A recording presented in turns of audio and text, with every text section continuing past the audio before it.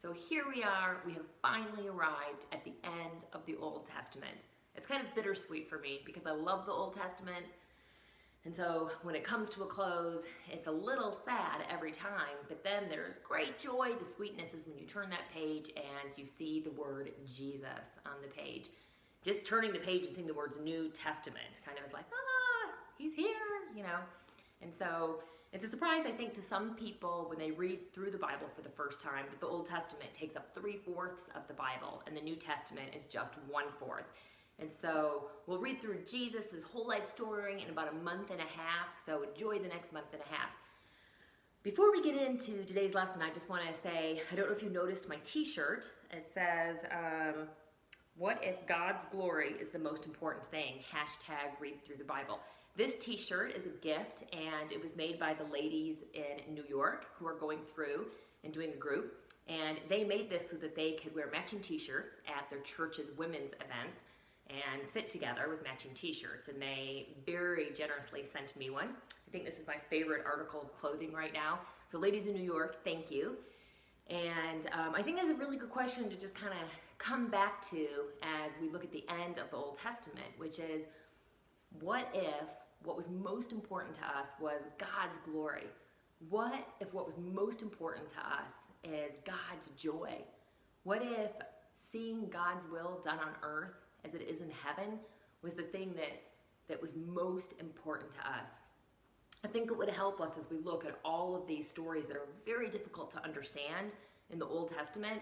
If this is what's most important, then as I talked about in the very first video, it changes your perspective on everything if this is what you're looking out for.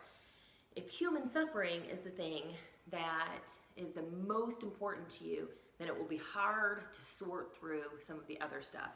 And so something else I'm wearing today, this necklace, commemorates a retreat that I finished a couple weeks ago. I read through the Bible in a week with 4 of my friends. And so I have on this necklace, on one side it says in the beginning, and on the other side says God's holy people, and then on a third side it has the date that we did it. And so I want to mention this because I want to let you guys know that my perspective on the Bible, like a lot of the things I talk about and how I feel about the story of the Old Testament and how I see God, a lot of it comes from these retreats. I had read through the Bible a number of times in a year before the first time I read through the Bible in a week. And when I read through it in a week, it really changed my view, not only of the story of the Bible, but it really changed my view of God. And so I think I had, I think I understood that it was His story for the first time when I read through it that way. And I've done that a number of times with a number of different women over many years. And the women who read through it in a week seem, many of them, almost all of them, they have like this shift in their thinking, and they see that God is the main character and that what He experiences is the most important thing in the story. What I wanted to do in creating these videos and leading you guys through the Bible in a year, because obviously you guys could read through it in a year without me. All you need is that plan and you're good to go. But what I hope to do with these videos, really what my dream was, is, and even in leading ladies in person when I did classes before these videos, my dream was to help ladies get reading through it in a year what those of us who have been able to read through it in a week, what we were able to see. I wanted that to be able to be translated into a year-long experience, because it's so condensed when you're reading through it in a week that it makes it just seem like one big story. But when you read through it in a year, it's so strung out and it's hard to even remember. It's hard to connect what just happened this month with what happened, 6 months ago when you're reading, right? It's just very disconnected. What I hope to do is help you guys kind of connect those dots, and I hope to bring to you, to help you see something that maybe it will be hard to see with it strung out over a year. So I hope that you don't have to read it in a week to get the same experience as those of us who've been able to do that. I know not everyone has the time or the resources to be able to take that kind of adventure. So I appreciate you guys listening to a lot of my view of God. And we all experience God differently, and we all see different characteristics of God. and all of those are equally valuable. But this year I've taken you on a journey of how I see the Bible and how I see God through it, and what has caused me personally to just, fall more in love with him, is to see who he is and that they are attractive qualities. So today we're going to do a quick review of the whole Old Testament, and then we'll talk about what happened between the Old Testament and the New Testament, and then kind of close up. So some of you, you already have been through a review several times, you know this stuff. You can just fast forward it if you would like. For those of you who are still like, I have a hard time fitting these pieces together, I hope this will be helpful. So if you remember a while ago when we did a review, I put these on here, and I was saying pretty much, even though there's all of these stories, with Genesis, the most important things that happened are creation, flood, Abraham, Isaac, and Jacob, and the 12 tribes. This is all covered up to here in Genesis. So Genesis, if you were to just define it, it would be like the beginnings, the patriarchs. And so you have all of these stories, creation, fall, which is when Adam and Eve sinned, and Cain kills Abel, and there's Noah's Ark, and the Tower of Babel. But they're really, if you're just going to try to remember like 12 or 13 things through the whole Bible, I would say creation, flood. These are really important men, both because they are the patriarchs of the nation of Israel that the rest of the Old Testament is about, but also because God is called by their name often, the God of Abraham, Isaac, and Jacob. And then the 12 tribes, you might remember this one, Jacob, had, and his name is changed to Israel, and that's why they're called Israel, or the 12 tribes of Israel. And he has 4 wives and 12 sons. And Joseph is not a tribe. His sons Manasseh and Ephraim are tribes instead, because they're elevated to the status of son by Jacob. So these are the 12 tribes of Israel. Jesus comes from Judah. Levi is the priestly tribe, and Joseph is important because it is through him that the whole family moves to Egypt, because his brothers sell him into slavery, and he brings the whole family there when God rescues them from a famine through Joseph. And they spend about 400 years in Egypt. When they get to Egypt, there's only like 67 of them. But by the time they leave Egypt, 400 years later, there's like 1.5 million of them. And when they leave Egypt, the person that God uses to bring them out is Moses. And I'm going to just move him to the next page. So God uses Moses to deliver the people from Egypt. And, he was the baby in the basket. He met God at the burning bush. He leads the people through the Exodus, where there's the plagues and the Red Sea, and they go to Mount Sinai, and they get the law and the tabernacle and the priest, and that's in Leviticus, and they wander in the desert for 40 years, and that's in Numbers. And then, they meet Balaam, and all of this you can just classify as Moses.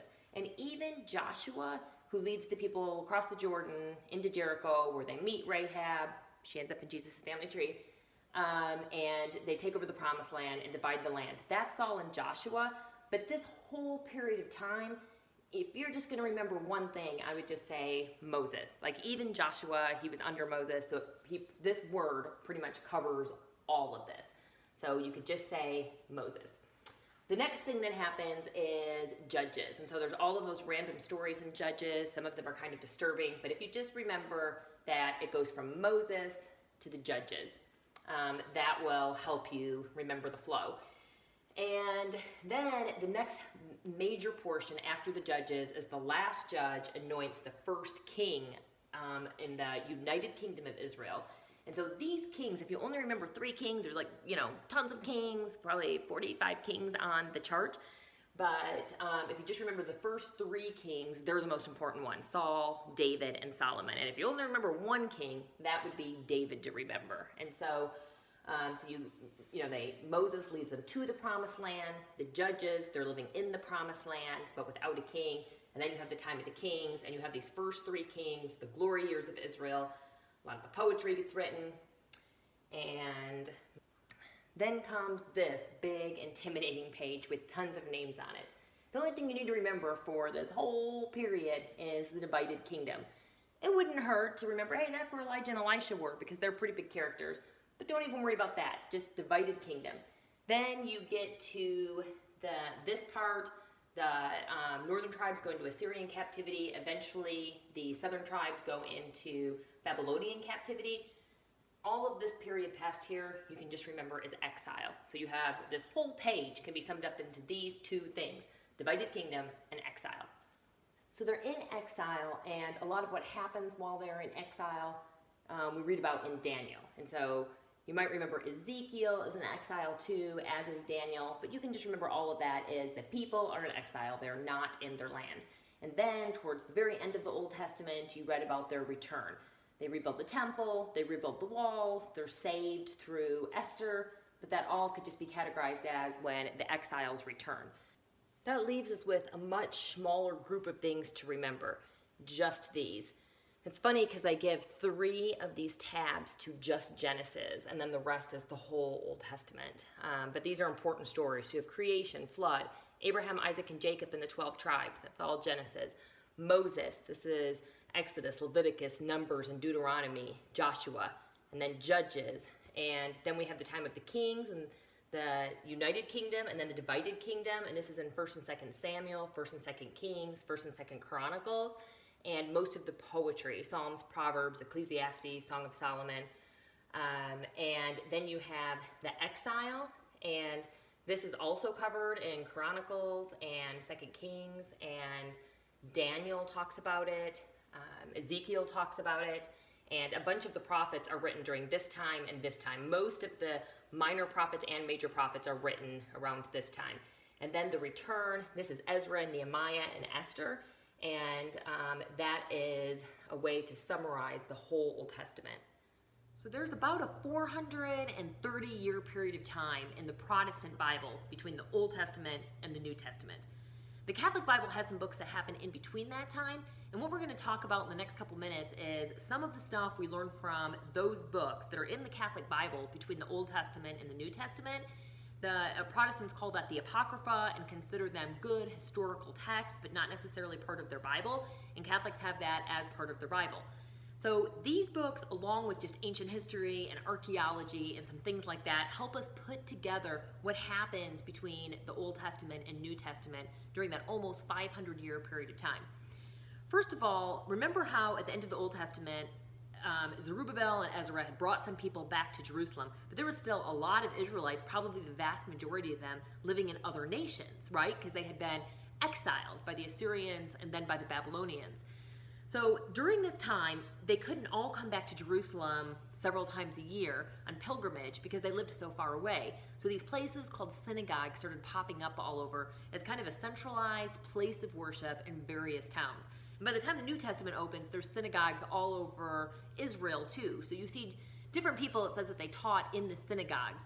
At the end of the Old Testament, it's just the temple, and by the time the New Testament opens, there's synagogues and different places of worship here and there, and that's kind of how those popped up. Also at the end of the Old Testament, you might remember there was people that had been brought, just like the Israelites had been dispersed and deported all over, people from those other nations had been dispersed and deported into Israel. And some of those people came to Ezra and said, we want to help build the temple. And Ezra said, no, you don't have any part in this. You serve and worship other gods along with the God of Israel, and you are not Israelites. And, so you have no part in this. And also, a lot of the Israelite people had married these foreigners that were living in Israel, and that these are not people who had converted to Judaism and believed in their God. They were people who were these were Israelites who were marrying foreigners that believed in foreign gods. And, I think we already talked about this, but this is what had gotten them in trouble so many times. And so Ezra was quite upset about this.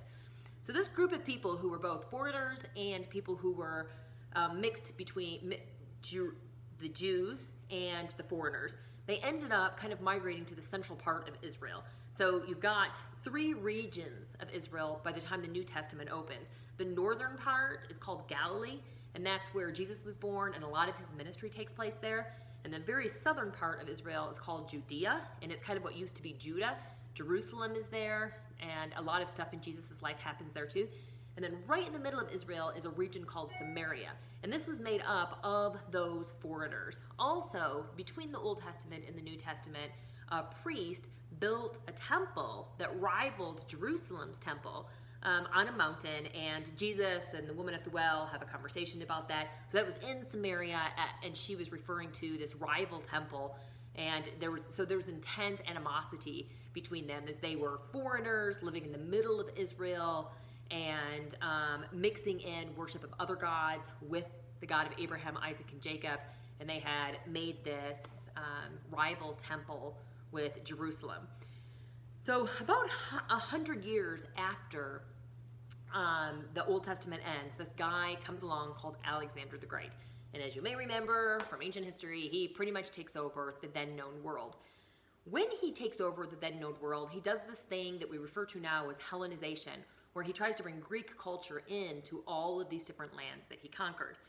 And so in this process of Hellenization, there were some people in Jerusalem and in Israel that really hated that, and they wanted to stay true to their culture, to the law of Moses, and to their Jewish identity. And those people, by the time the New Testament comes along, they were referred to as the Pharisees, which means the pure ones. They were trying to stay pure to Abraham, Isaac, and Jacob, and Moses, and to their Jewish identity. And so what started out as good, they were trying to stay pure to God. By the time the New Testament comes along, Jesus has a lot of harsh words for them because that trying to stay pure had led to some arrogance and adding to the law and kind of a lot of religion that had been added to Moses' laws. But anyway, there was another group of people who were trying to integrate the Greek influence, Greek culture, Greek religion, to the Jewish religion and culture. And those became known as the Sadducees, the kind of religious leaders that were into the Hellenization. A story during that time of Alexander the Great's life that is kind of legend, so it's not necessarily for sure true, but it's an interesting story, is that at one point he was on his way to Egypt and he was going to defeat Jerusalem and destroy it on the way. But when he stopped at Jerusalem, a priest came out and showed him Daniel, and showed him from Daniel how he, Alexander the Great, how Daniel had prophesied that he was gonna, be a great leader that would take over so much of the world and stuff. And Alexander the Great could clearly see that Daniel was talking about him. And he was so impressed that he had been prophesied about so much earlier that he ended up passing Jerusalem by. And Jerusalem was not destroyed at that time as a result of Alexander the Great being shown Daniel's writings. So Alexander the Great dies, and his kingdom is divided into 4 parts. 4 generals take his kingdom. The 2 that we're concerned with are Ptolemy and Seleucids. The Seleucids and Ptolemy. So Egypt, which is south of Israel, is Ptolemy takes that over, and then there's an empire all the way between the Old and the New Testament. They're ruling. It's a Greek general that's now a Greek emperor ruling in Egypt. And then in Syria, which is just north of Israel, that's where the Seleucids take over. And once again, it's a Greek general ruling in that area of kind of Syria. And so this is right to the north and right to the south of Jerusalem, or of Israel. And Israel ends up in a meat grinder between these rivalry empires for a couple hundred years. They're mostly under Ptolemy the first 100 years or so after Alexander the Great dies, and then the Seleucids take over. This one Seleucid king, Antiochus Epiphanes, he passes by Jerusalem and he's down in Egypt trying to conquer Egypt again. They were always fighting. And a rumor got started that he had died in this conflict with Egypt, and the rumor got back to Jerusalem. And so the people in Jerusalem throw a huge party, and they're celebrating his death because he was kind of an evil ruler. Well, word got to him because he truly was not dead. So he travels back to Jerusalem and completely defiles the temple. He sacrifices pigs on the altars. He sprinkles pig blood everywhere. He erects an altar to Zeus in the temple. And then he starts making all of the priests sacrifice pigs on the altars in order to completely just defile their religion. He also outlaws circumcision. Before this, Greeks were influencing, the Hellenization process that Alexander the Great started, they were influencing all of the different cultures. But this was a huge step further because he wasn't just trying to bring Greek culture in, he was trying to push out the Jewish religion completely and outlaw any worship of the God of Abraham, Isaac, and Jacob. And so this served to be just too much for a group of priests and people in this little town called Modin, about 19 miles from Jerusalem. And when he goes there, they refuse to sacrifice the pigs, and a much smaller army under the leadership of the Maccabees ends up defeating, against all odds, Antiochus Epiphanes' much larger army. And there's a series of battles, and the Maccabees end up taking over Jerusalem and a large part of Israel, and they reigned for about 100 years between the Old Testament and New Testament. So even though when we talk about the kings, we say the last king was at the end of, right before the Persian Empire, really there were these other kings in Israel for about 100 years that ruled over part of Israel, and they were the Maccabean dynasty. At the beginning of their rule, one of the first things they did is cleansed the temple. And when they purified and cleansed the temple, when they were about to reopen it, they had an 8-day celebration called for the dedication of the temple. And they only had enough oil for the first day, they found, and it was quite a process, a lengthy, several-day process to create the oil. And so they put the oil in the lamp, and the story says that it lasted the full 8 days. The oil did not run out. This story is where we get the celebration of Hanukkah still today, that is celebrated all over the world, is when the oil did not run out, when the Maccabees defeated Antiochus Epiphanes, and that happened, 165 BC or so.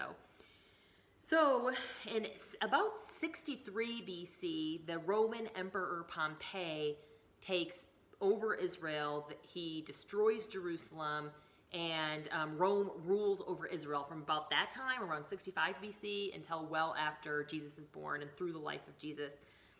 He divides it. They're the ones that divided the Romans into the regions of Judea, Samaria, and Galilee.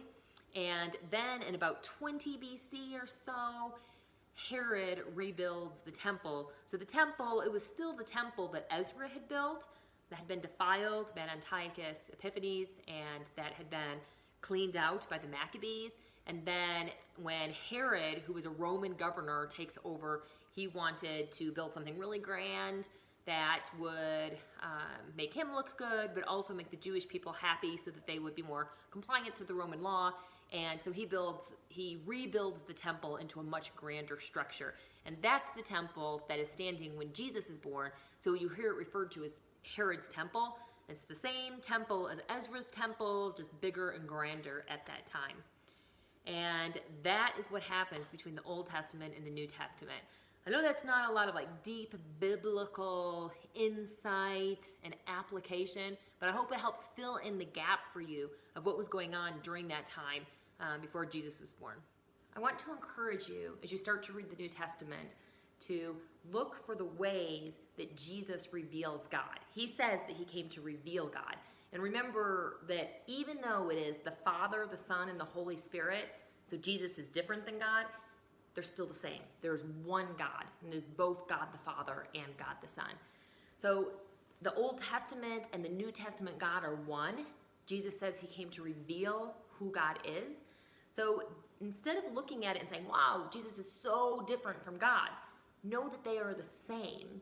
And so instead ask, how is Jesus revealing more of what God is like? Instead of saying, this is nothing like the God of the Old Testament, say, what maybe did I misunderstand about God in the Old Testament that Jesus in the New Testament is shedding light on that? We look at Jesus and it helps us shape our overall view of God. And so we can see the Old Testament through that light.